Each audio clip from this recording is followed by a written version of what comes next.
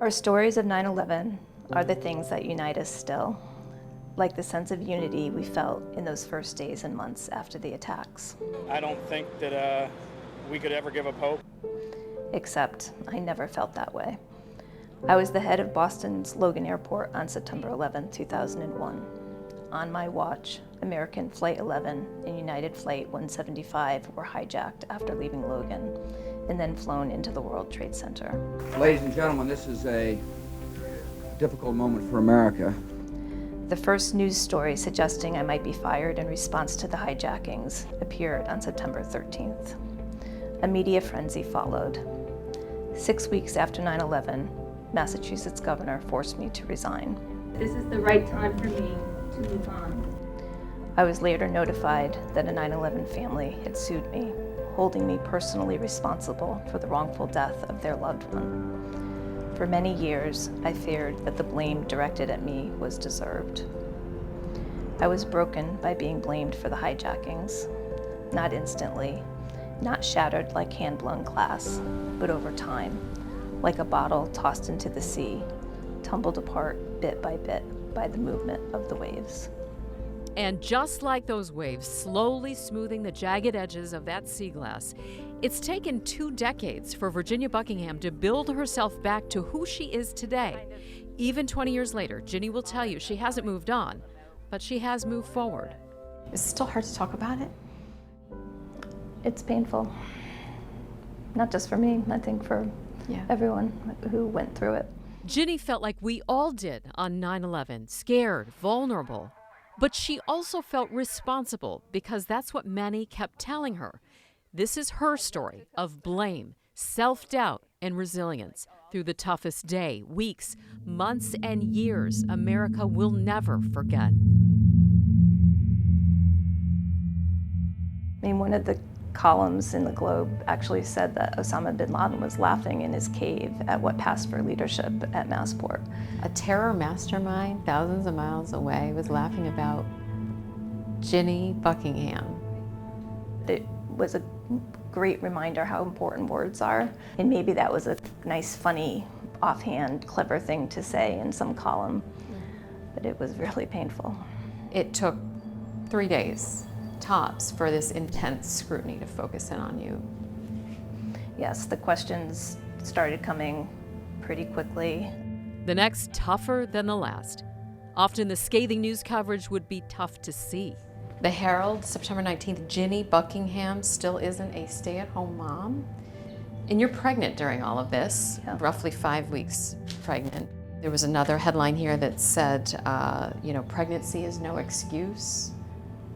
So it got personal. It got ugly, it got personal, and I began to take it to heart, which was, I think, the worst part, because I really did consider myself to be a competent person who worked very hard and was smart and was able to deliver on what I was hired to do. I can't believe what ran through your mind. And you said, maybe I deserve to miscarry my baby? I stopped listening to myself. I stopped listening to what I knew was true, and I started to believe, especially after I got sued for wrongful death, that maybe it was true that I did something wrong, that I missed something. Mm-hmm. And I considered myself so competent and such a leader that I should have seen what I didn't see, was how I started to believe it. And I mean, my daughter is everything to me. And at that moment, when I was having that test, I did think maybe I deserved to lose her. Ginny felt that sense of guilt for a long time, wondering if she could really be responsible for the worst terror attack on U.S. soil. Ultimately, the 9/11 Commission would say no, there was nothing specific about Logan Airport that the hijackers targeted.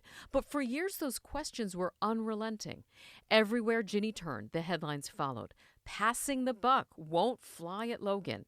And the articles that questioned her credibility as head of one of the nation's largest airports. Quote, we may never know the extent that unqualified executives played in terrorists assuming that Logan was a cinch. It cannot be an accident that the terrorists thought they could board not one, but 2 airplanes at Logan. When you're accused of missing the ball and causing the deaths of thousands of people, I began to wonder if it was true, if there's something I could have done.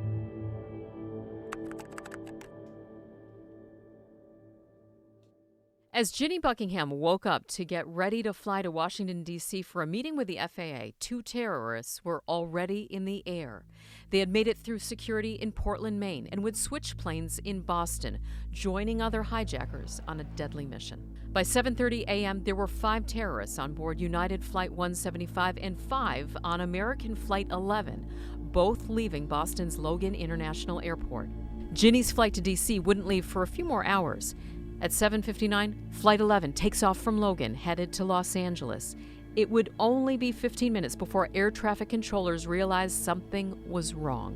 When we had a loss of communication and transponder, we considered it at that point in time a possible hijacking. At Logan, United Flight 175 is just getting in the air.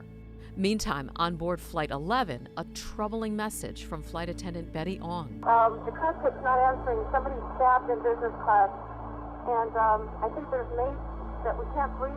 I don't know. I think we're getting hijacked. And minutes later, air traffic control hears a chilling message from on board that plane. We have some planes. Just stay quiet and you'll be okay. We're returning to the airport. If you try to make any move, you'll injure yourself and the airplane. Just stay quiet. It's 8:45. Ginny stops for coffee as the first plane, Flight 11, crashes into the North Tower of the World Trade Center. We have a breaking news story to tell you about. Apparently, a plane has just crashed into the World Trade Center here in New York City. I always listen to the news on the radio and was listening when the first report came across about a plane striking the tower. And like many people, I've since read, the president himself at the time thought it was just a small plane off course, and that's what I thought. That's terrible. And I got a call from my office saying, do you want to cancel your trip? And I was like, no, I'm not letting the FAA out of this. So I was still determined to go, and was listening live when the report came across of the second plane. And then I immediately knew it wasn't an accident. It wasn't that many minutes later that I got a call again from Logan saying 6 words that have sat in my heart and in my soul ever since, which were 2 planes are off the radar. And we didn't know for sure they were from Logan, but we knew planes were missing. An aide to President George W. Bush whispers into his ear during a visit to an elementary school in Florida what has happened as Ginny races to the airport. And so I watched the second plane, footage of the second plane, and I think the reality took a long time even then to settle in. It just was surreal. Oh, another one just hit. Another one just hit the building. Wow.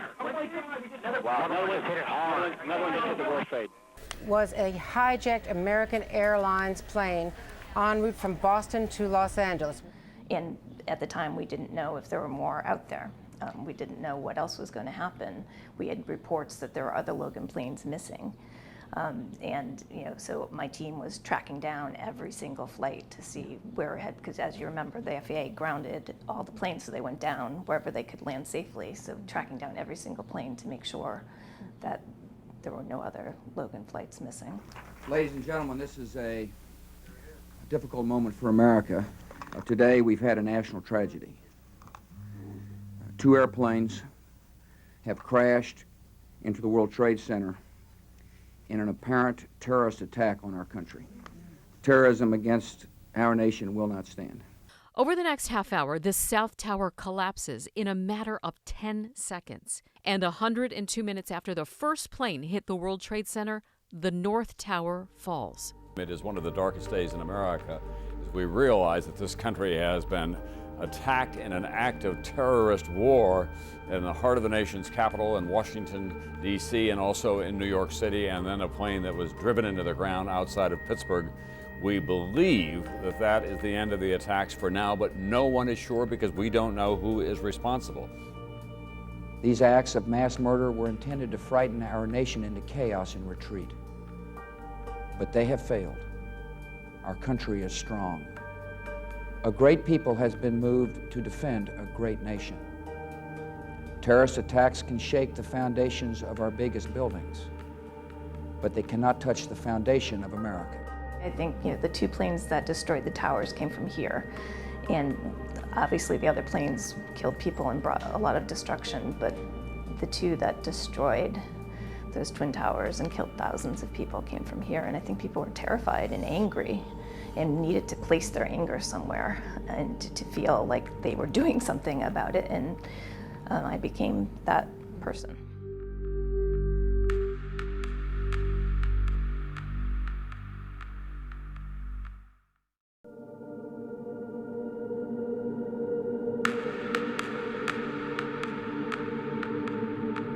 The nation's nightmare was just the beginning of the emotional and psychological torture Ginny Buckingham would endure, constantly reliving the horror of seeing the second plane hitting the World Trade Center, the ball of fire, the black smoke.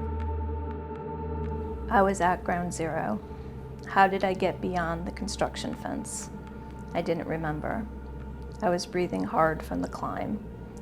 I was at the top of the tallest crane. I shouldn't be here. My heart pounded in fear. I looked down into the pit. I don't belong here. Join us, join us. Voices called to me from the darkness below. You belong here, they said. Join us. I took a gun out of my jacket. I placed the cold metal next to my temple. I do belong here. I was falling. When you're having this dream of the Twin Towers, a canyon left behind, and there are victims trying to pull you in, saying, come with us, you belong here. Yeah. And then the end,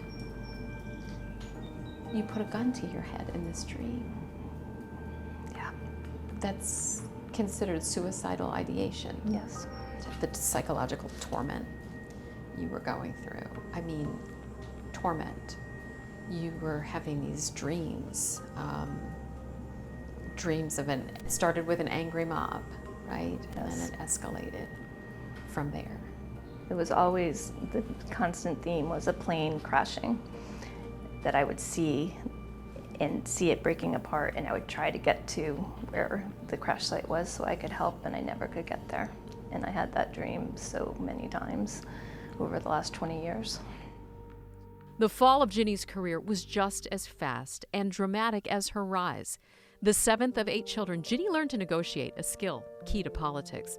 She attended Boston College, interning for Democratic Governor Michael Dukakis, and she volunteered on the campaign for Republicans Bill Weld and Paul Cellucci. They won, and Ginny worked her way up the ranks. Did you feel confident in yourself at that time? Very much so. By 29, she was press secretary and eventually chief of staff at the age of just 31. The woman who may know best is Weld's chief of staff, Ginny Buckingham, now Cellucci's chief of staff. I expect to be yelled at in a nice way, a little bit more by Paul. He's a very passionate person, feels very strongly about things, so I expect that after reading the morning newspaper, he'll call me up and say, why is this agency doing this? Find out and tell me in 5 minutes, so I'll be on my toes. There's a picture I used to hang on my office wall of Bill Weld and Paul Cellucci sitting at a table, and they're looking up at me, and I'm standing over them, basically telling them what to do at the time, and that feeling of knowing exactly what I was doing, being completely confident, was so apparent in that picture. Ginny was on maternity leave with her first child, Jack, when the governor's office came calling. They wanted her to take a new job, leading the agency in charge of Logan. Ginny loved being chief of staff and was learning how she could balance work and motherhood. She turned down the Massport job. But when the governor asks you a third time, then you say yes. Governor Cellucci personally asked her to take the job, one that's appointed based on the governor's recommendation. Massport has always been kind of a political football, but the media really loved the story of a reformer from the State House, a woman, the governor's person, going over to take over Massport. What did you know about Massport? I mean, obviously as chief of staff, I'd been dealing with them. They're big priority was to build a new runway, and they wanted the governor's support, and so we were, in contact a lot about that project, but not in terms of the day-to-day operations. So you felt prepared for the job? I did. I mean, the job was not landing planes at Logan Airport or bringing ships into the harbor. It was setting the agenda and driving the agenda and communicating the purpose of the organization, working with the neighborhoods and the politicians who were often opposed to what Massport was trying to do, all of which I had done in my previous roles. So you never once said to yourself, ooh, am I qualified for this? No. I knew I was completely qualified. When terrorists hijacked 2 planes that left Logan and crashed them into the Twin Towers, Ginny's qualifications got called into question fast. She had no aviation experience. Previous security incidents at Logan under her leadership were brought to light on September 16, 2001, 5 days after 9/11. The Globe focused in on the FAA agents who were able to get access, breach security 60 times during 1999 and 2000. In one of the instances, they were able to actually get on a plane. So security was on your radar. Absolutely. We were in the middle of a top-to-bottom security audit to see what else we could do on our own. And Ginny was clear about Massport's responsibility when it comes to security. At the time, security was broken into different layers of responsibility. So Massport was responsible for the terminals and for the perimeter, and the FAA was responsible for the airspace, and the airlines were responsible for the checkpoints. And obviously, the terrorists didn't breach security, in my opinion. They just used the security system that we had in place. They knew how to access. And you pointed that out very early on. We need to address that on a national level. We need to federalize those checkpoints by taking it away from the airlines who run them today and turning it over to law enforcement. When you said that security is the responsibility of the airlines, do you think that came across as an excuse to some people? I do. I think that it was too scary to think that it was not blamable on something tangible, and I don't blame the airlines either. I think the terrorists determined how to take our country down, and they did it. And if they wanted to do it, they were going to, no matter what. But the truth is that our security system was so divided. This is about a system that is essentially broken. It needs to be replaced, dramatically overhauled, and replaced with federal security agents. The idea that Al-Qaeda was going to use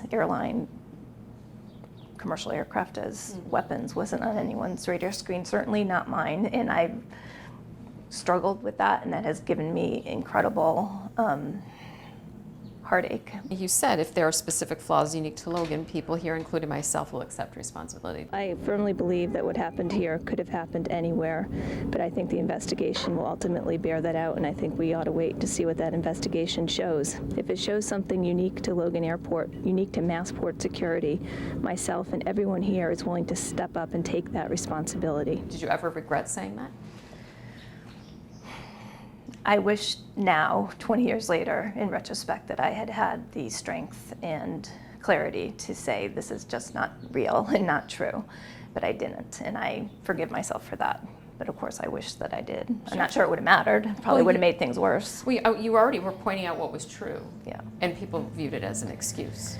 Well, I remember very clearly in a press conference being asked, is Logan safe now? And I said, it's safer, but it's not safe enough. And I got creamed for saying that in the paper. You were honest. And it was the truth. But, again, people were afraid and they didn't want to hear the truth at the time, which I understand that of human nature. Yeah. No other airport directors at the 3 other airports where the hijackers boarded planes were being blamed. But those blaming me were smart people, not nameless critics in the media and politics whose opinions I had tried to sway, yes, when I worked on behalf of 2 governors, but whose opinions I also deeply respected. Could they all be wrong? And even if I were simply an easy answer to point to assuage fear, could I bear being forever linked to the deaths of thousands? If I could not hold on to what I knew deep down was true, that I was not to blame, if the volume of external voices drowned out my inner voice, there was only one answer. I couldn't bear to live.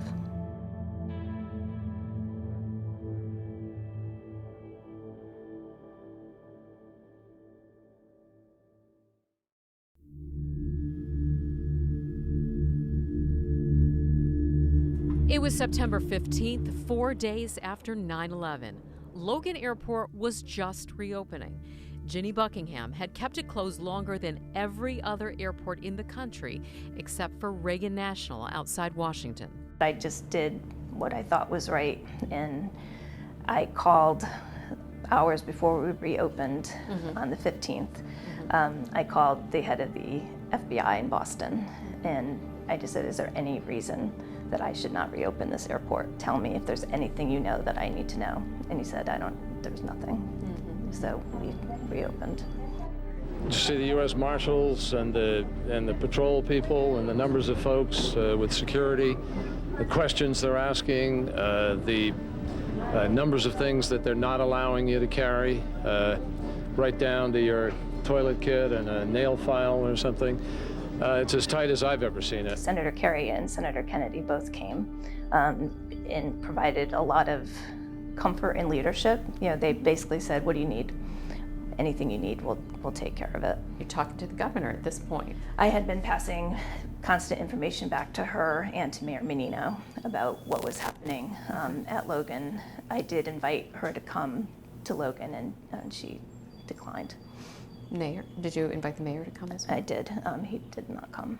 Ginny and Governor Jane Swift wouldn't talk for days. I was told I couldn't communicate with her anymore by her chief of staff because the distancing of wanting to protect her, they told me I could not call her directly. You knew what the game was. Yes. And you were playing by the rules. Yes, which I understood, you know, being a professional in politics, I understood that's how politics can work. I just expected that because this was an attack on our country in a world-changing event, that politics as usual wasn't going to be how it would unfold, but I was dead wrong. September 21st, Ginny was at a meeting at the State House, and Governor Swift asked her to wait a minute as everyone else left. What does she say to you?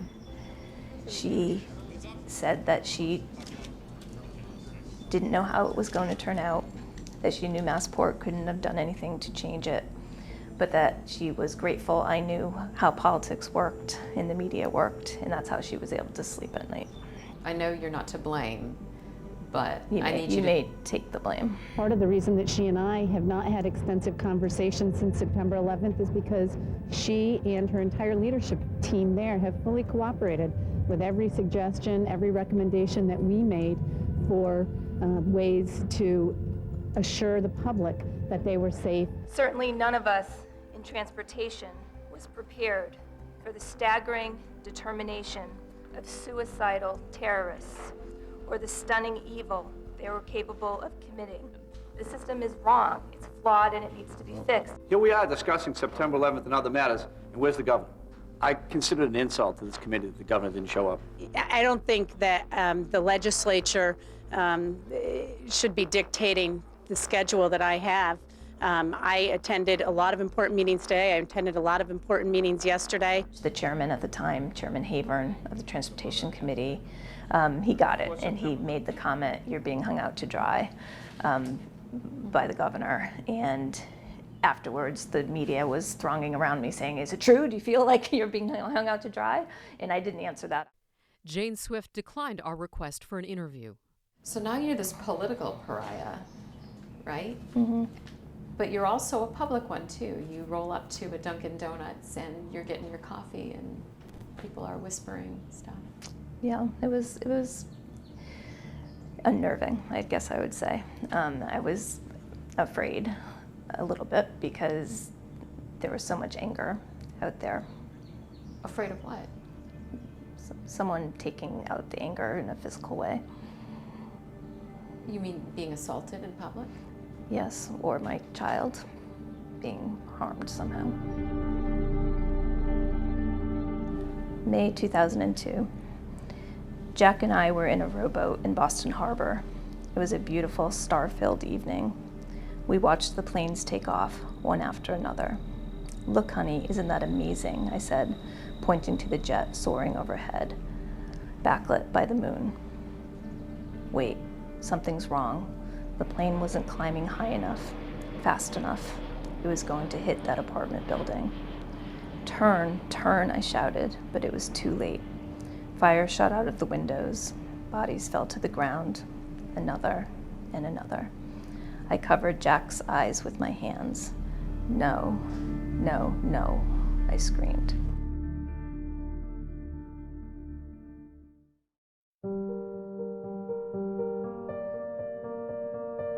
She's my hero. She's my hero, Ann McFarland. Ginny unexpectedly found a connection of shared pain, albeit a much different kind of suffering, in Ann McFarland. Ann's daughter, Mary Ann, died on board Flight 175. She had a beautiful smile. You met her at her daughter's memorial. Yes. That took courage to approach her, knowing what you had been through. You'd been through the I ringer was, at that I point. was Why very did you fearful. go? Why'd you go? Because it was the right thing to do. I mean, she was a Massport employee. Yeah. Ann was, and her daughter worked for one of the airlines. And I wanted to go, but I was really afraid of what her reaction was going to be. And didn't know if it would offend her that I was there. And she, in that moment, took my hands and said, "Promise me you won't let them tear our airport apart." And she also looked you in the eye and told you something really important. She said, "You're not to blame, no more to blame than Mary Ann as her daughter who died on the plane."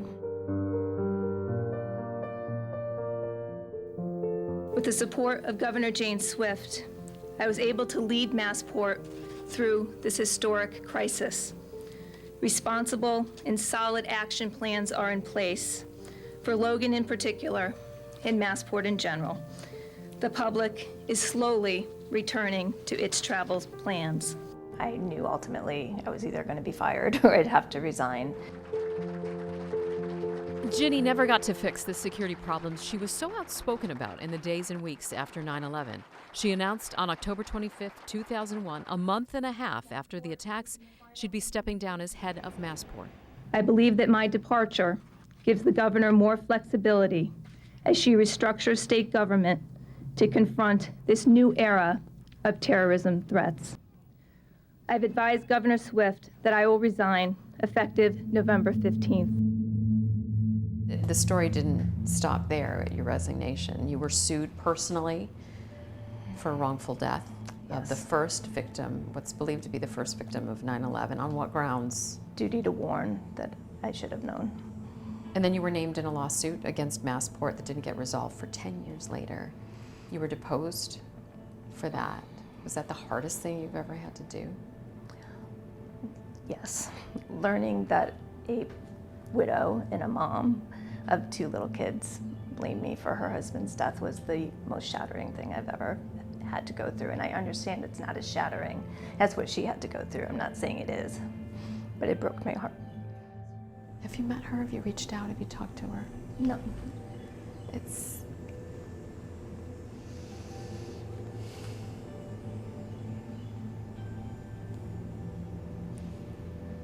Do you feel like she still blames you, though? I don't know.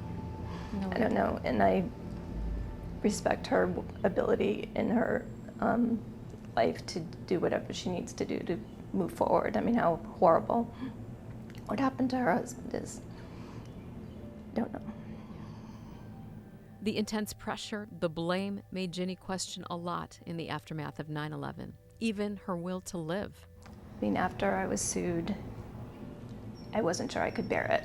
I really wasn't sure I could bear being personally blamed by a victim.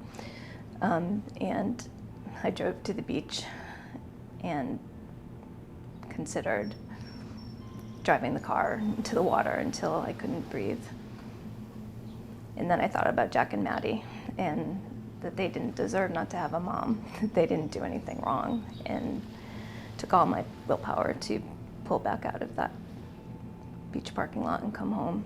And I went to my son's bed, who was probably 3 at this point, and I promised him I would never leave him. And he became and they became my determination to find my way back to myself. He saved your life. He did.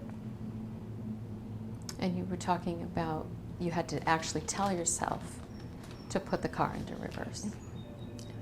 Everything I had. Were you even able to tell David about that? I did, but he didn't believe me. How much time went by before you told him about that? A couple days, probably.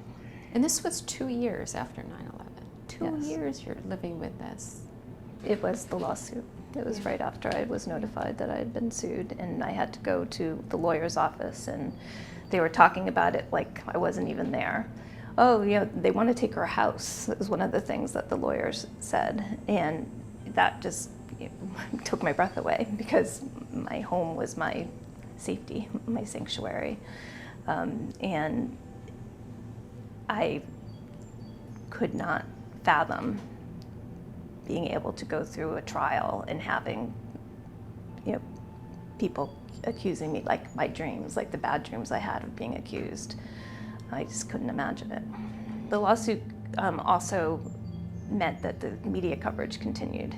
And it wasn't constant, but it felt that way to me. So, you know, out of the blue, there'd be a, you know, front page headline about, you know, Logan to blame. And it would feel like I was just being brought back to where I had been.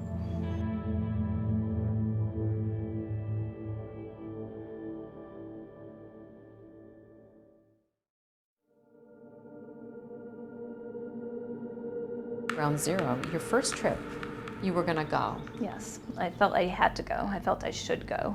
I felt almost like it was doing penance to go. Yeah. And I was going with my neighbor who was driving down with me, and I was worried, and that's when I would have those dreams of being chased by a mob or getting lost and not ever being able to come home again. And I don't know if my son Jack heard me telling David those fears, because I did tell David, if I don't come home, it's not because I don't want to. Please come find me. And I don't know what I thought was going to happen, but I was afraid. And Jack asked me not to go in his little boy voice. You know, Mommy, don't go to New York. And I didn't. I canceled that trip. It was November 2002. Ginny's family, her friends, they all wanted her to move on. She had started going to therapy and was diagnosed with post-traumatic stress disorder. She became a stay-at-home mom as she tried to deal with the nightmares. Even if she wasn't ready to move on emotionally, she knew she needed to professionally, and at the beginning of 2003 would take on a new career, deputy editorial page editor at the Boston Herald. Two of the really nastiest headlines came out of the Herald. Why did you want to work for them? Well, So you were asking for trouble. True. And I wanted to be a writer, and you know, since I was a little kid, that was my dream. So I needed a new job, and I wanted to try to see if I could make being a professional writer work. And I think part of me was just in denial, like that disassociation that got me through so much of the painful media coverage and blame, I think still was there. So I think I was kind of trying to make it not true by going there. That's the other Ginny. Yeah. This is me. Yes. 40 of Ginny's soon-to-be work colleagues signed a petition sent to the paper's editor saying she shouldn't be hired, and it got leaked. Part of it was published. From politics to paper, controversy pursues her. Ginny did start at the Herald a few days later, and she says she found out that the editor had trashed the petition the second she received it. And while that controversy eventually passed, the sense of blame did not. People were calling and harassing you there too. Yeah, and you know, someone said something to me which really is not true, and I want anyone who's in this position to feel this. You're putting yourself back out there. Like it was my fault that they were calling to harass me. Well, you're the one who put yourself back out there by going to a newspaper. And that is really backwards. You know, it's not, I should be able to be where I want to be to do the best job I can. It's those people harassing that are taking that action, not me. Not a man on the phone saying, when are you going to apologize? Going to Demanding an apologize. apology. Yes. Yes. How did you answer him? What did you say? Very hesitantly and quietly and not strongly at all, I said I had nothing to apologize for. And you hung up? Yes. 2.5 years after 9/11, the spring of 2004, Ginny was still a magnet for anger and hostility. It had hovered over her for years, even as she tried to turn the page on her life story. And the sadness, the anger, the regret she had felt for so long would only intensify when she testified before the 9/11 Commission. I wanted to help them in their work. I wanted to answer their questions if I could. I wanted to tell them what security issues I felt were not being addressed even now. Yet, I also knew, whatever their findings, theirs would be the definitive word on whether lapses in airport security had allowed the attacks. Their judgment would be my judgment day. Good morning. A Bible. Today we present this report. On July 22, 2004, the 9/11 Commission was releasing its findings. The TV was on at the Herald. In a few minutes, I'll know whether I'm to blame, she thought. Thank you all very much. But no mention of Logan Airport in that news conference. She was still fearful. That wasn't an answer. She needed to see the report for herself to find out what she had been looking for so many years. There was an asterisk at the bottom. You helped get it there. I asked for it. If they found it to be true, I asked that they note that Logan was no different than any other airport. And was that for you personally? It was for me and for Logan Airport employees who, while were personally singled out, I know felt blamed. And what did it say, the asterisk? The very first footnote said exactly what I asked them to say if it was true, that at the point where it mattered, checkpoint security, Logan Airport was no different than any other airport, and that there is no evidence that it was selected for any other reason other than logistics. They had 2 planes leaving for the West Coast fully fueled, proximate to New York. That's why they chose Logan Airport.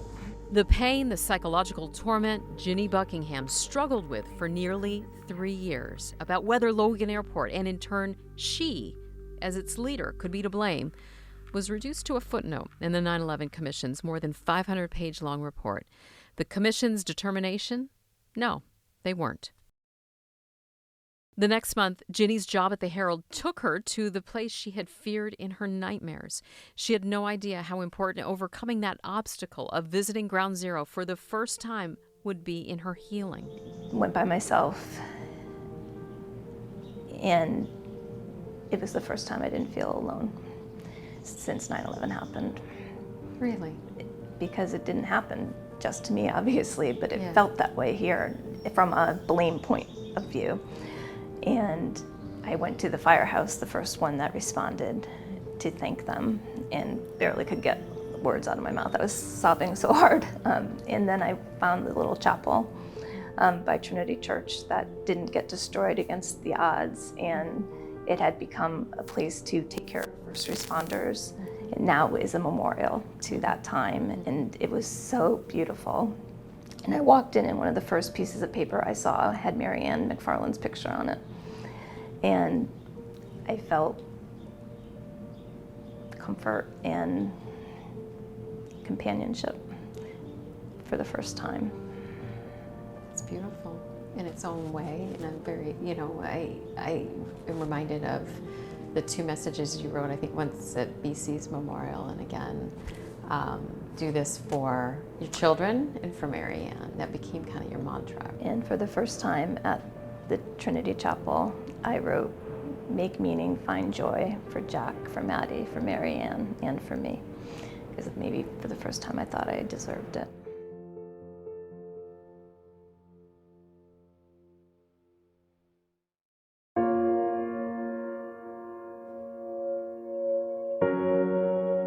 George W. Bush has played not a large role in your life, but he has come into your life at different points in time, and I think you pinned some hopes on him, right? I did, mistakenly, not because of him, but because of me, that I searched and searched and searched for external validation to have somebody in a position to do so say it wasn't my fault, and as if that was going to change everything. If the Boston Globe put it on the front page, it's not your fault, or President Bush said it's not your fault, then all of a sudden I'd feel all better, and that's just false. I've learned that an external source of validation is never going to do that for anyone, even if it does it temporarily, unless you believe it yourself.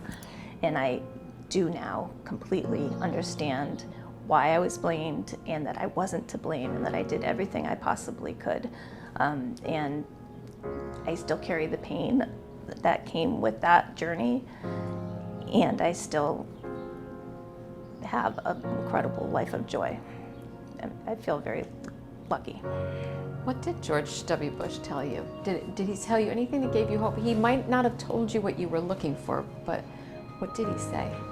And what kind of impact did it have?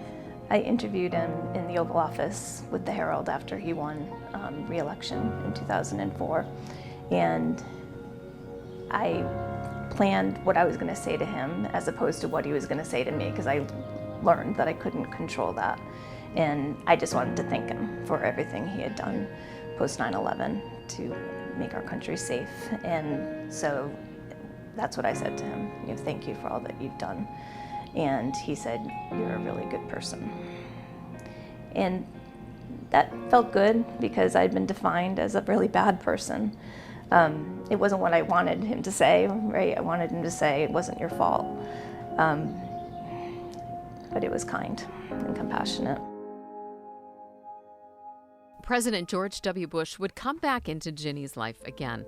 She got accepted into the inaugural class of the Presidential Leadership Scholars in 2015, an initiative started by former Presidents Bush and Clinton. They personally were involved in the 6-month program and would teach our class and do kind of leadership lessons from their administration. Her memoir, titled On My Watch, was her project to graduate the program.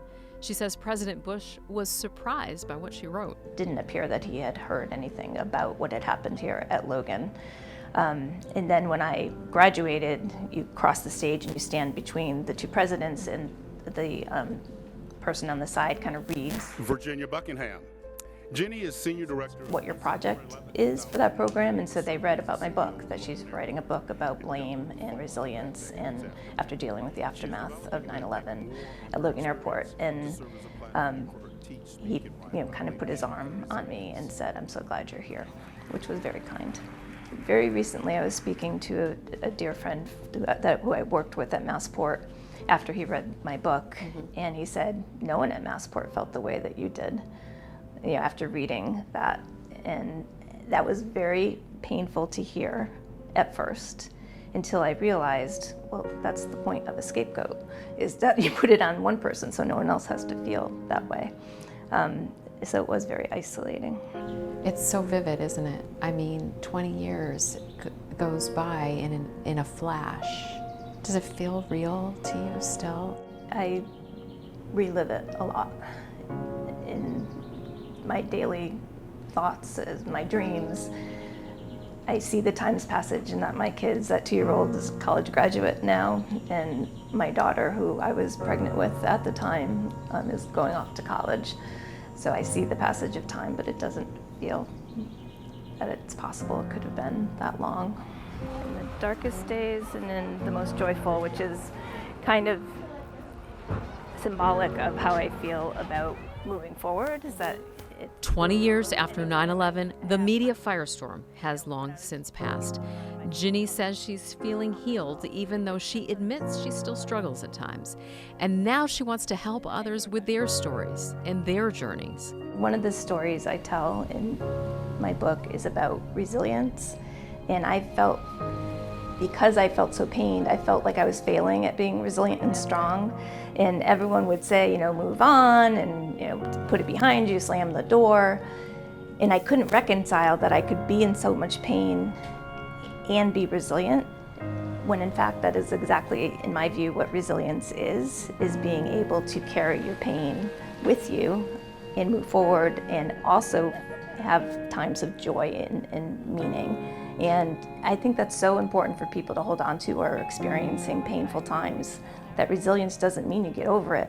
It means you learn to carry it with you and still have a wonderful life.